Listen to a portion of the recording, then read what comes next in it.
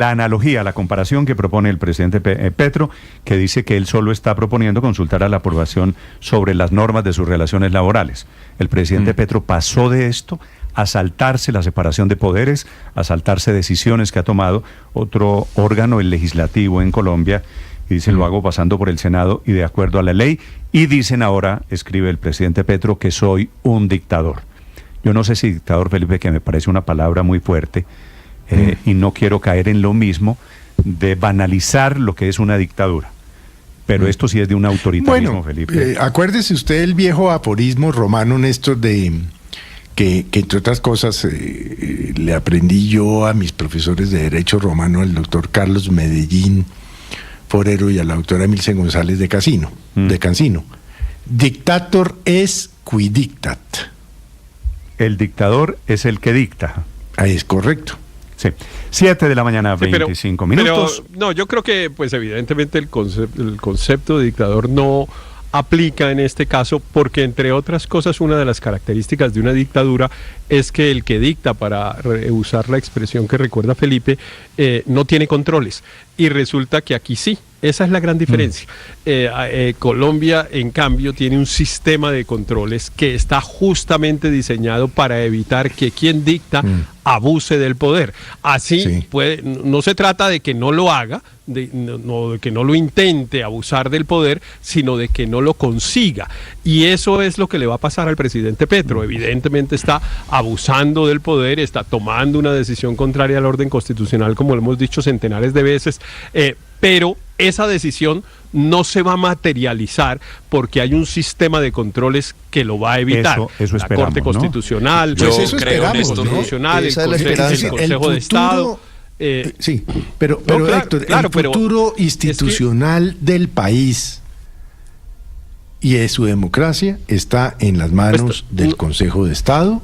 Bueno, sí, claro, pero está en buenas manos. La Corte Constitucional. Este mensaje del presidente, yo le agregaría al registrador, ¿sabes? Este mensaje también. Bueno, y el señor registrador. Todo el aparato institucional. Sí, claro, usted tiene razón, Andrés. Al final de cuentas, aquí hay unos resortes y hay que ver cómo reaccionan ante la decisión del gobierno, repito, alrededor del decretazo.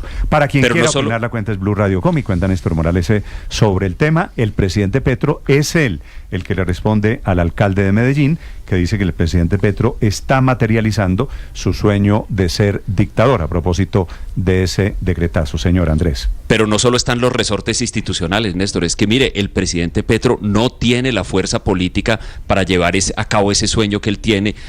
Yo no sé si de ser dictador o no, pero como él parecería que se cree como una especie de encarnación de la voluntad popular, él sí quisiera que esa voluntad no tenga límites y que esa voluntad sea absoluta. Pero mire, es que lo de anoche es delirante, Néstor, porque usted lo ve a él hablando, dirigiéndose como si le estuviera hablando a una multitud de cientos de miles de personas, en lo que en realidad es una plazoleta muy pequeña, muy bonita, por cierto, porque tiene además una iglesia hermosa, que es un monumento histórico arquitectónico, pero muy pequeña, que fue llenada también, Néstor, con los mecanismos que ya conocemos, con las famosas chivas, todo lo demás, pero a ver, es un señor buses hablando como si fuera Martin Luther King el día de aquel de Yo tengo un sueño, ante una concentración relativamente pequeña en una plaza pequeña. Creo que los delirios del presidente Petro están muy lejos de la realidad de su capacidad política. 7 de la mañana, 28 minutos. Yo no creo que se pueda decir que Petro es un dictador.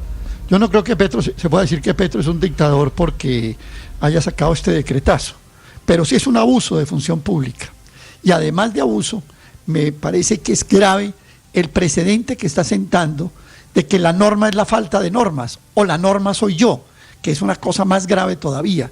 Posiblemente eso no tenga castigo ni una clasificación en ciencia política, pero que es un abuso y que quiere poner sus normas por encima de las normas que a todos nos tienen en una sociedad concertada, pues no hay ninguna duda.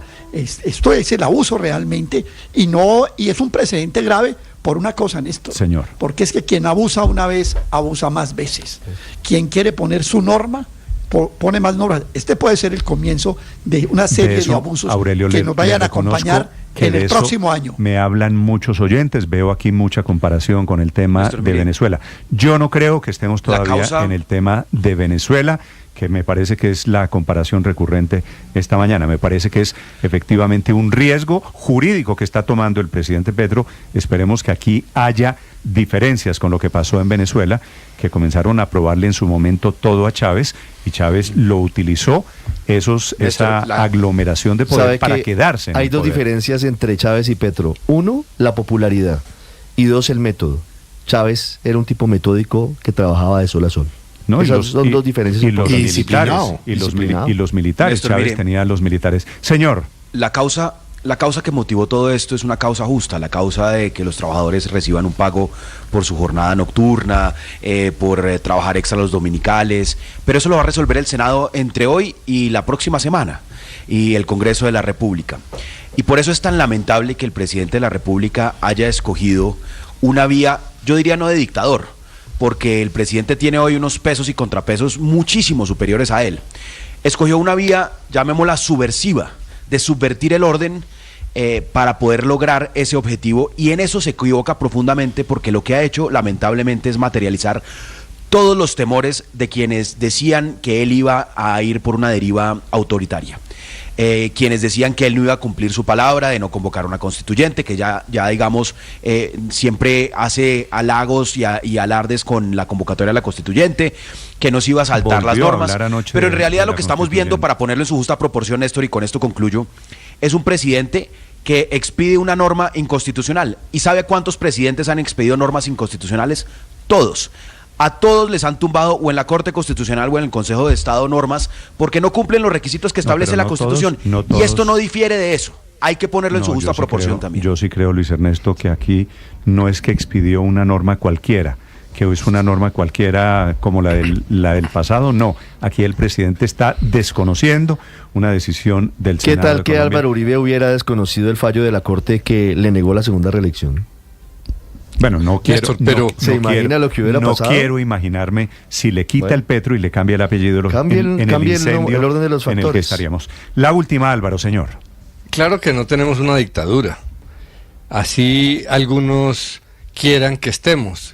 Por ejemplo, esos que llevan 3 años gritando como el pastorcito que estamos en una dictadura. Porque en esta desquicio de la política moderna pasa en todas partes, hasta en España. Una de las jefes de la oposición conservadora en España dice todos los días que España es Venezuela y que el presidente del gobierno es un dictador, porque pues se ha vuelto a decir barbaridades y porque la gente se la cree. Aquí hay mecanismos de control clarísimos, porque en las democracias se prevé que los poderes excedan, y siempre esos excesos están en la línea.